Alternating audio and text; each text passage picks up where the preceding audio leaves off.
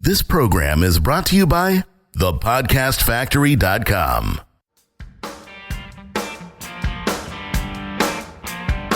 Hi, my name is Igor Kheifets, and this is the List Building Lifestyle, the only podcast which delivers cutting-edge conversion strategies from the online trenches straight to your earbuds. Download the transcript of today's episode and all future episodes at listbuildinglifestyleshow.com. I also invite you to grab a free copy of the Wealthy List Builder Survival Guide at listbuildinglifestyleshow.com/survival. And now, once again, it's time to claim your list building lifestyle. You are listening to another episode of List Building Lifestyle. Well, I don't know if it's another. If it's your first time here, it's not another one, but there's plenty behind it. Igor, how the heck did you get to 152 episodes? Not without your help, my friend, but I'm guessing one episode at a time. I mean, the grit and persistence it must have taken, the ups and downs. I'm so damn proud of you, man. I mean, this is a lot. Yeah, it is a lot. And when you take it into one, like, in one sitting, you look at 152, you see, oh man, that's a lot of work. But we've done a ton of recording sessions. We've had a ton of recording sessions that I screwed up and we had to reschedule.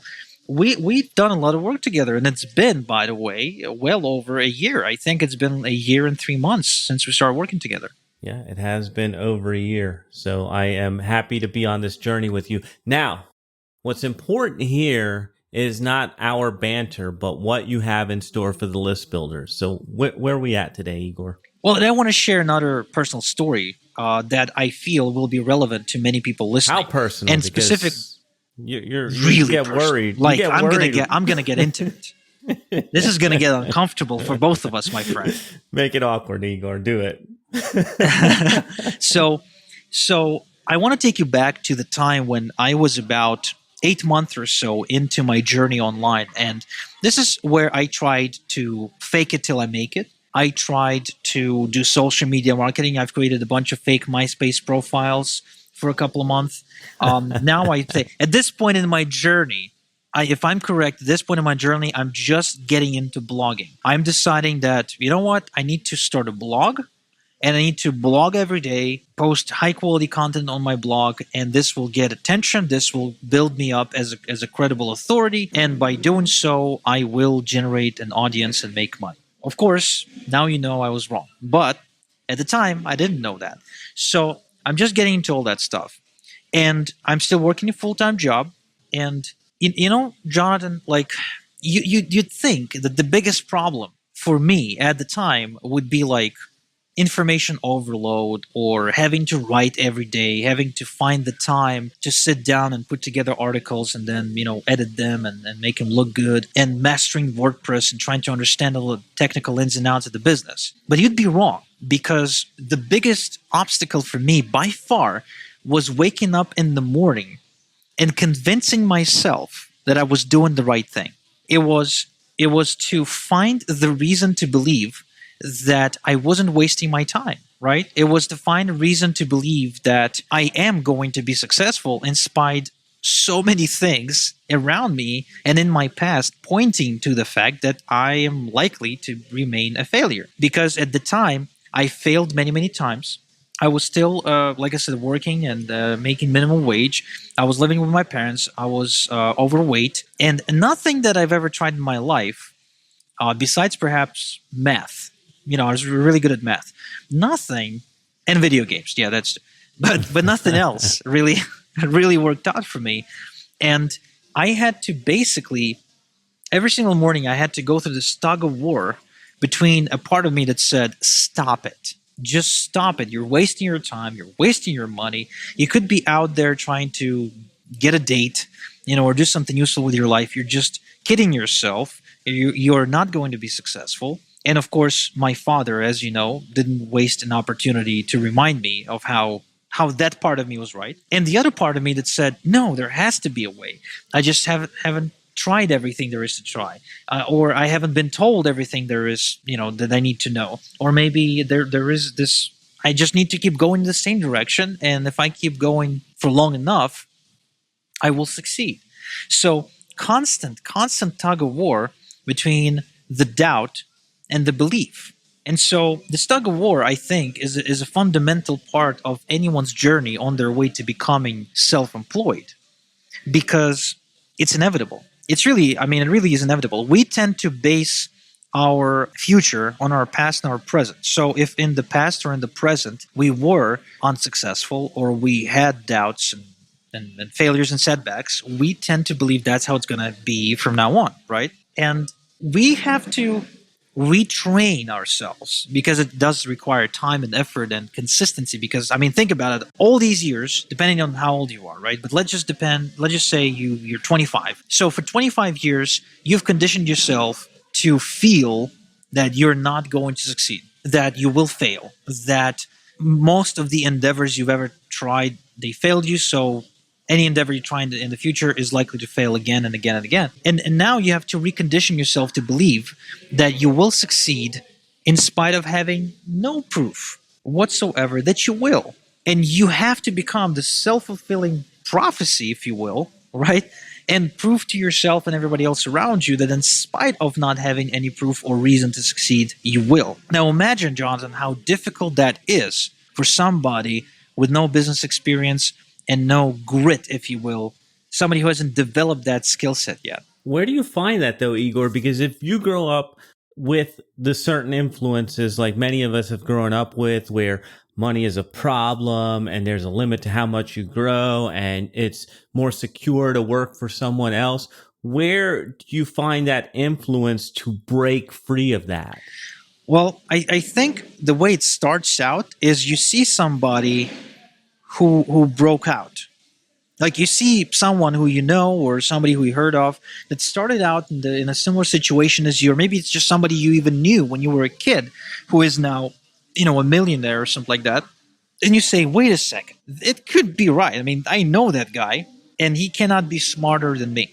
And then you go into the stage where you say, he just got lucky, right? I mean, he just had he was at the perfect place, the perfect time, or his daddy was rich or whatever. And so that is another stage that you go through. But then you start questioning yourself. You're saying, man, but it can't be true. There has to be a way for me to get rich as well, because a lot of people out there who are rich today weren't rich when they started. And that's when you start digging through. And so this is how the tug of war kind of originates within you.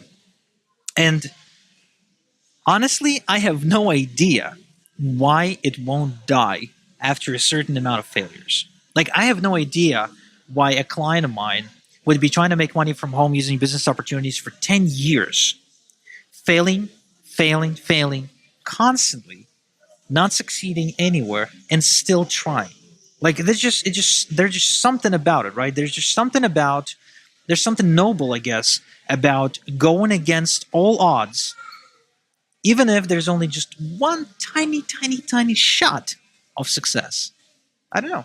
Is that something that would cause you not to take on a client, or how would you view that? Because I kind of see that relentlessness as a good thing, but then I worry, like 10 years and you haven't gotten results. I don't know about that can help you. So how do you tackle that in your business? Well, see, I see a fundamental difference between relentlessness and stubbornness. Stubbornness, in my opinion, is when somebody insists on doing things a certain way without changing anything about themselves or the way they're doing those things.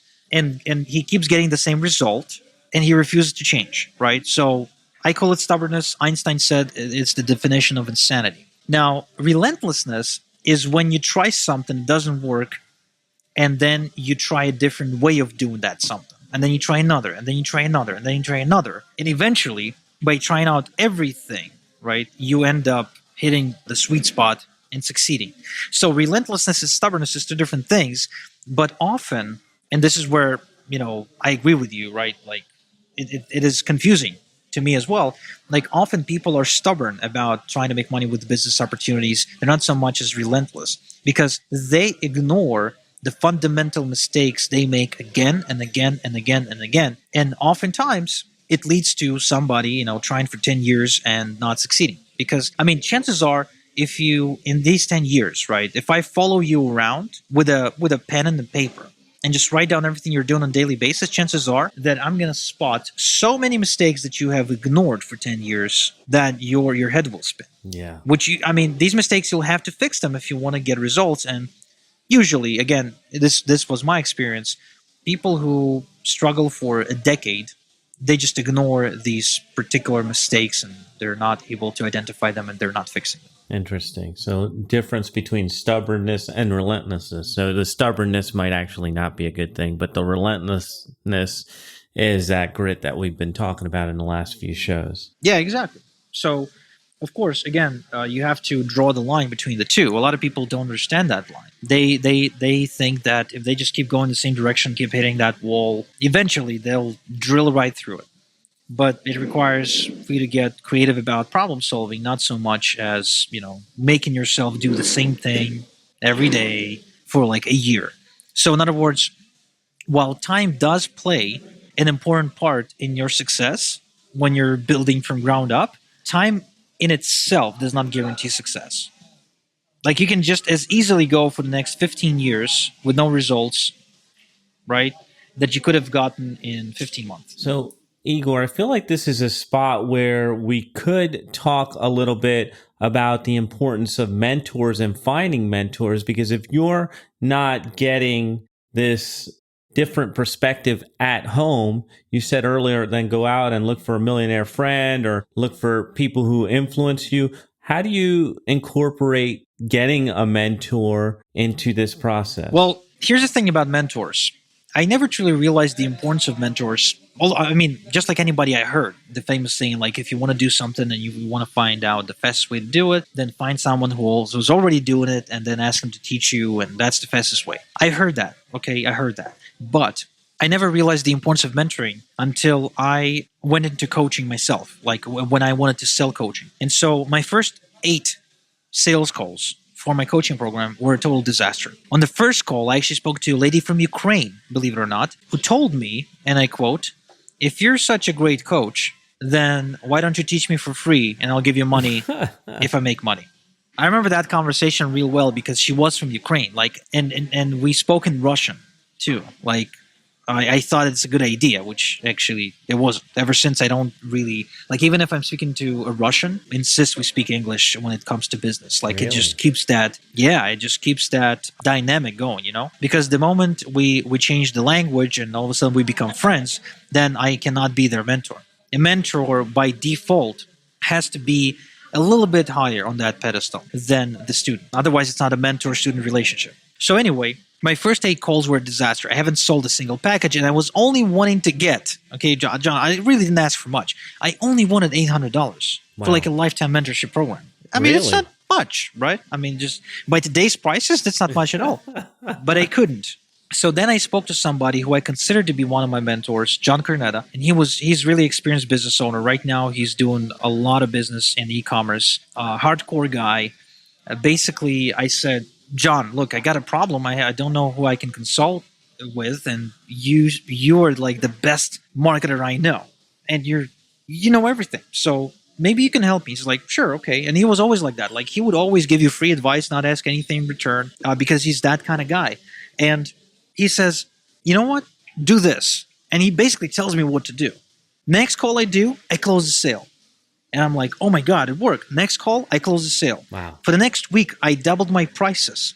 And I kept closing at the same rate. Wow. Within the next 2 months, I quadrupled my prices. And my closing rate went down just by 30%. So later, I got on a Skype call with him and I said, "John, look, I'm speechless. I don't know what to tell you. I'm really grateful for you to kind of point out my mistake, especially since it was such a small mistake. Like, I only made a tweak to my pitch. I added like 3 lines and removed 5 lines. That's all I did. And I wouldn't be able to do it because of you." And it's so funny because it's such a minor detail. He said, "Yeah, that's because when you're stuck in the picture, you can't see the frame." Yeah. I'm sorry, when you're in the frame, you can't see the picture. So in order to see the full picture, you need to step out of it. But you can't because it's your picture. You're in it. You are the picture. So you need somebody looking from the outside who obviously has the experience and the the brains necessary to who can tell you what you're doing wrong, even if all you're doing wrong is just saying one thing that you're not supposed to be saying. Oh man, I can't tell you how many times it has helped me to talk to someone who thought bigger than me, because that's exactly it. I get caught inside my frame all the time, and I don't know, I can't tell the difference. I'm just doing work. So that outside perspective is incredibly valuable. And so I have a quick follow up on that, because there was a while where you were doing 15, 20, $25,000 packages. What made you back up off that?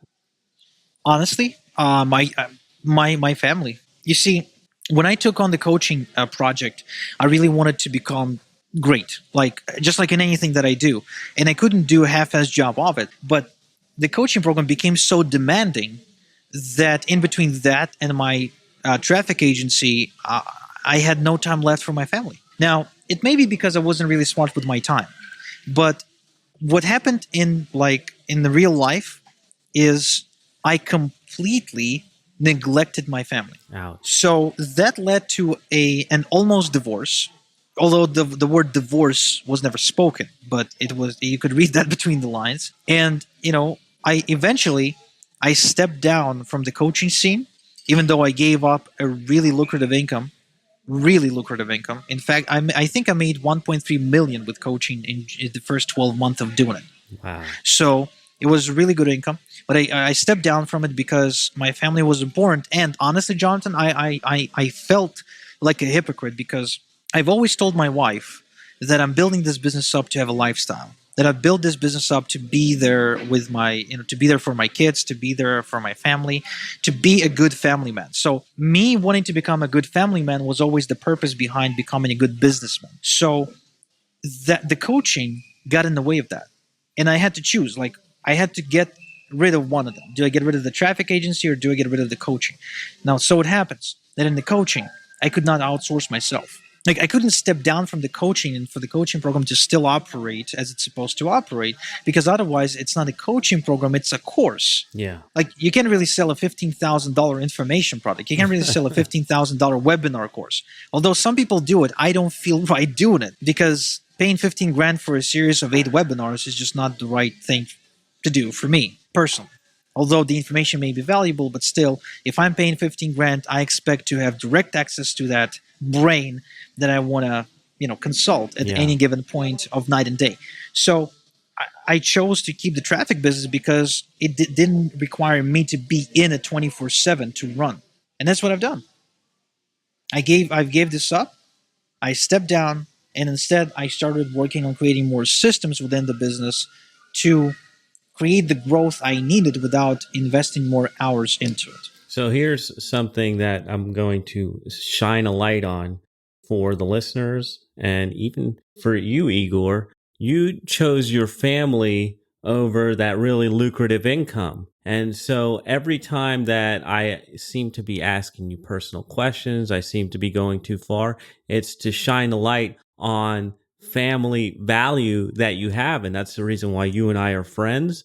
That's the reason why I consider you a mentor, even though you are younger than me. That's the reason I do that. And when we share those little bits, it makes other people resonate with you at your core values. Well, I guess you're not wrong. The opportunity came up and I had to seize it. Okay. All right. So anything you want to say in closing? Well, yeah, I just want to say that you will never have enough reasons to believe that you will succeed at anything. Anything new that you're ever going to get into, you'll have way more proof that you will fail than you will succeed. And so your job as the person who's like driving that vehicle or that steering that ship is to almost go on blind faith sometimes and to become a self-fulfilling prophecy. Because that's how it usually, is. I mean, look at, say, Elon Musk. Like, the guy did not know whether or not he's going to succeed with SpaceX, or whether or not he's going to make, Tesla the new flagship electro vehicle, or, whatever. But he did. And he had to give up a lot, including his family, by the way. Like, I think he got divorced in the process. He had to foreclose his home. Like, he had to make a ton of different sacrifices that I personally would not have been willing to make with just trying to achieve that goal. So he became a self-fulfilling prophecy at all costs, with having way more proof that he will fail and he will ever succeed, even though he came in with tons and tons of experience. So that's my point. You're just starting out. You've been in it for like a year. It's really difficult, and you're still kind of going back and forth with yourself. Should I keep doing it? Should I quit? Is my spouse right to tell me that I'm wasting my time? Are my friends laughing at me and I should just stop giving them a reason to? Or should I keep going, even though I have no clue if I'm going to succeed? Well, yeah, you should keep going, because whether or not you will succeed has a lot to do with what you believe you can do. So whatever your future holds has lots to do with what you believe it will hold. And as a rule, successful people are self-fulfilling prophecies. I mean, that's just the nature of the game we're playing. Yeah.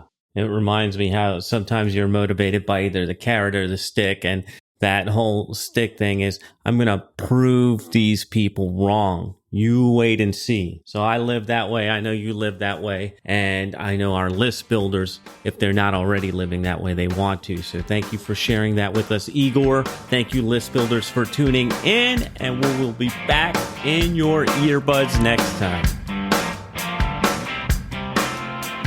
Thank you for listening to the List Building Lifestyle.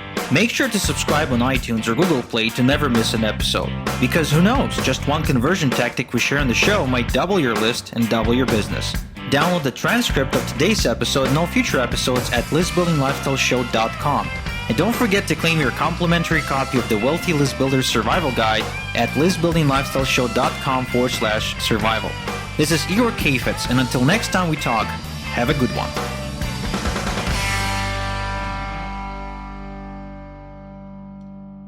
This is thepodcastfactory.com.